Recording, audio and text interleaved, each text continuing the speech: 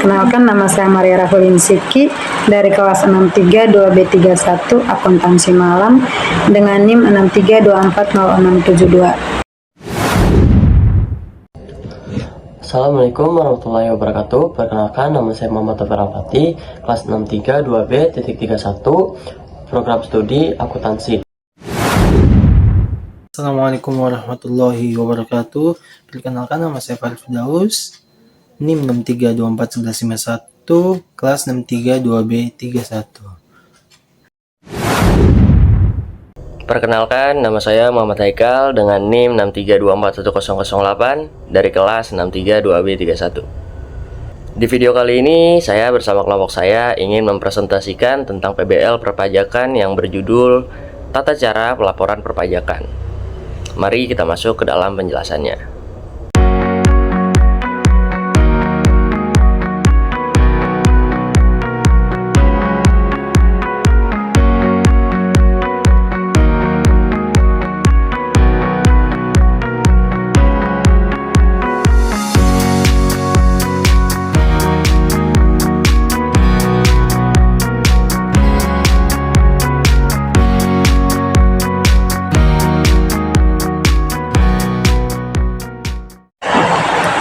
Yang pertama, proses penelitian.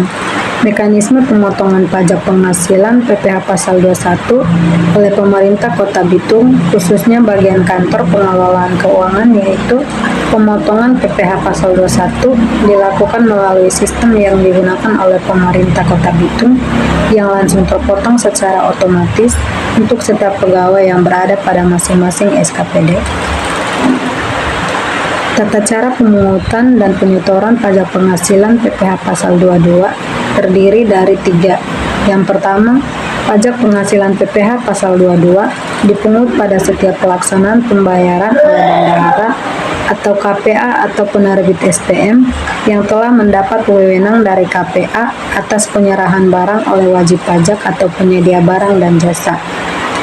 Yang kedua, pajak penghasilan PPh Pasal 22 yang dipungut oleh KPA atau pejabat penandatanganan SPM harus disetor pada hari yang sama pada pelaksanaan pembayarannya melalui KPPN. Yang ketiga, pajak penghasilan PPh Pasal 22 yang dipungut oleh bendahara pengeluaran harus disetor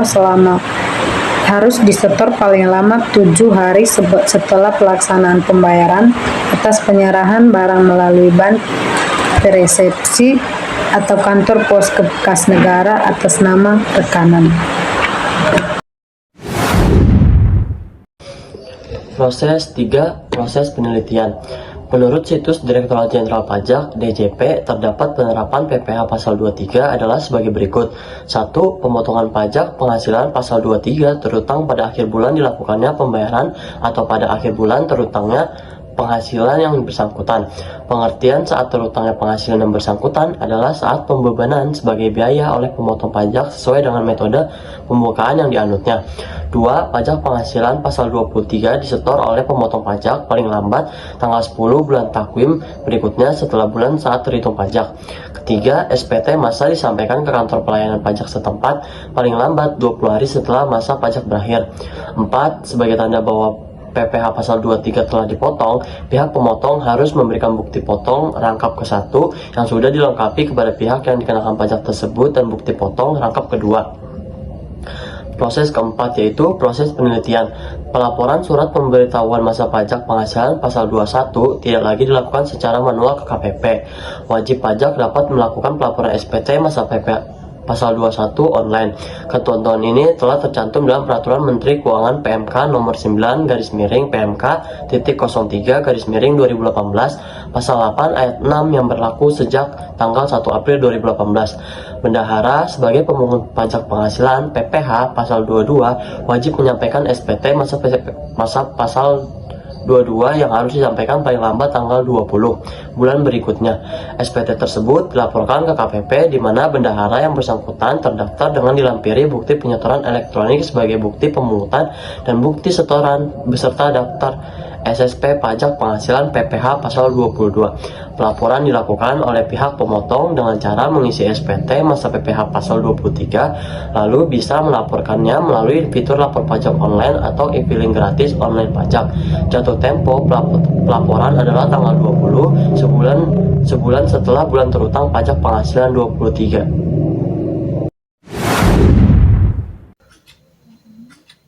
Pada kesempatan kali ini saya akan menjelaskan hasil penelitian. Pertama, prosedur perhitungan, penyetoran, dan pelaporan PPh Pasal 21 Bitung. Fokus pada proses pemotongan, penyetoran, dan pelaporan PPh 21 untuk pegawai Kota Bitung. Pelaporan SPT masa PPh 21 dilakukan paling lambat tanggal 20 tiap bulan, dan SSP di-store paling lambat tanggal 10 bulan berikutnya. Kedua, tata cara perhitungan, penyetoran, dan pelaporan PPh 22. Studi tentang tata cara pemungutan, penyetoran, dan pelaporan PPh Pasal 22 di Balai Riset. Menjelaskan dasar hukum, tarif, serta mekanisme pemungutan dan penyetoran melalui SSP atau bank persepsi. Yang ketiga, penyuluhan, perhitungan, dan pelaporan PPh Pasal 23. Memberikan paduan teknis tentang perhitungan dan pelaporan SPT PPh Pasal 23 khususnya bagi pelaku UMKM, termaksud langkah konkret dan format pelaporan yang harus dipatuhi. Kesimpulan, tata cara pelaporan PPh 21. Pelaporan dilakukan via e-SPT atau e-filing setiap bulan, paling lambat tanggal 20 bulan berikutnya. Tidak ada jurnal untuk pelaporan, hanya administratif. Note, catatan yang harus dipatuhi. Pertama, pemotongan PPh 21 dilakukan saat gaji dibayarkan. Yang kedua, penyetoran PPh 21 dilakukan paling lambat tanggal 10 bulan berikutnya. Yang ketiga, pelaporan SPT masa PPh 21 dilakukan paling lambat tanggal 20 bulan berikutnya. Tata cara pelaporan PPh 22. Pelaporan dilakukan oleh pihak pemungut. Dilaporkan menggunakan SPT masa PPh 22. Maksimal tanggal 20 bulan berikutnya setelah transaksi. Di-store paling lambat tanggal 10 bulan berikutnya. Note, catatan yang harus dipatuhi. Pertama, PPh 22 bersifat withholding tax atau dipungut atau dipotong.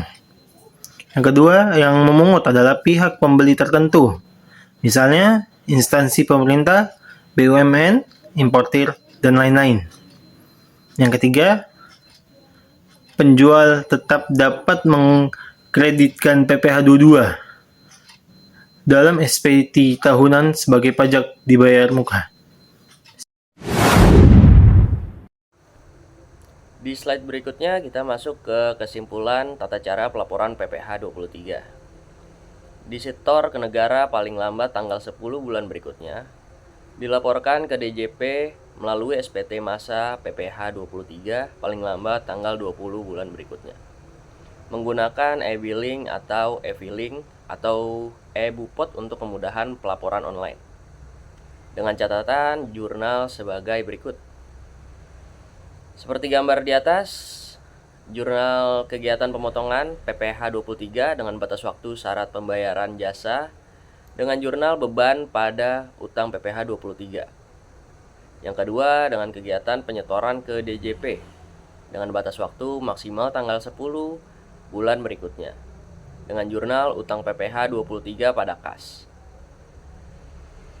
Yang ketiga dengan kegiatan pelaporan ke DJP juga dengan batas waktu maksimal tanggal 20 bulan berikutnya. Dengan jurnal administratif atau bisa dibilang tanpa di jurnal. Sekian presentasi dari kelompok kami. Semoga penelitian kami tentang tata cara pelaporan perpajakan khususnya pajak penghasilan pasal 21, 22, dan 23 dapat bermanfaat. Kami pamit undur diri dan terima kasih.